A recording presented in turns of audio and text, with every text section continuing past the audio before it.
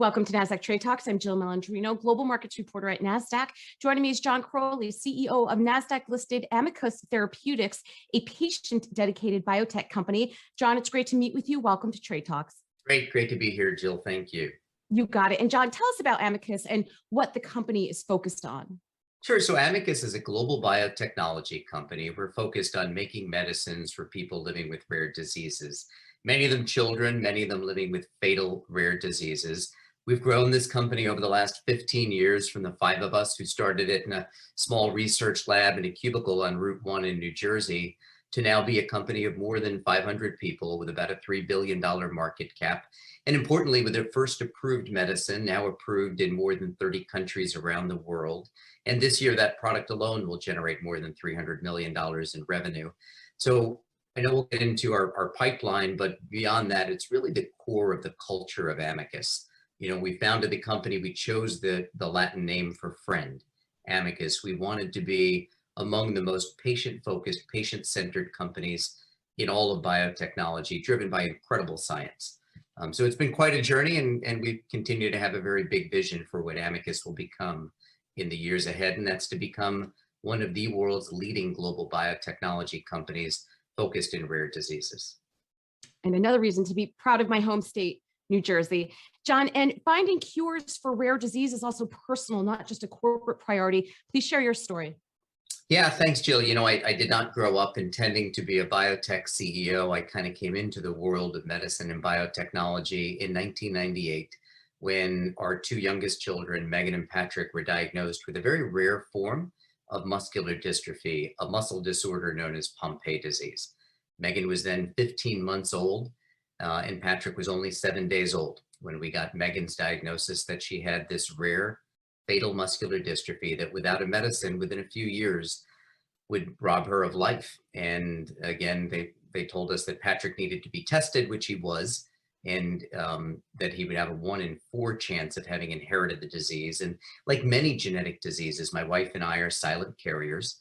And that set us into this path of initially finding everything we could about the disease, finding other families, and then trying to play a role to drive us toward a cure, from patient advocate to running a foundation focused on this in our nights and weekends to raise awareness, raise early funds, and then eventually becoming a biotechnology entrepreneur to drive science toward a treatment and someday hopefully a cure for Pompe disease. But it also opened us to the whole world of rare diseases, with more than 7,000 rare diseases that worldwide affect more than 300 million people. So tremendous unmet medical need.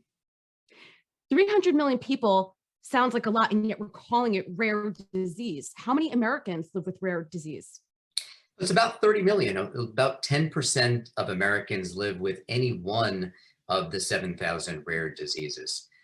And that's, you know, really what takes us on this journey today is when you look at the rare diseases, while individually by definition rare, taken together, they're more prevalent than all cancers combined. And what does the pipeline look like? And can you share some of the plans for future growth? Sure, we have an approved medicine, a small molecule precision medicine for a rare disease known as Fabry disease. And that's our marketed product that, again, will generate between $300 million to $315 million in revenue this year.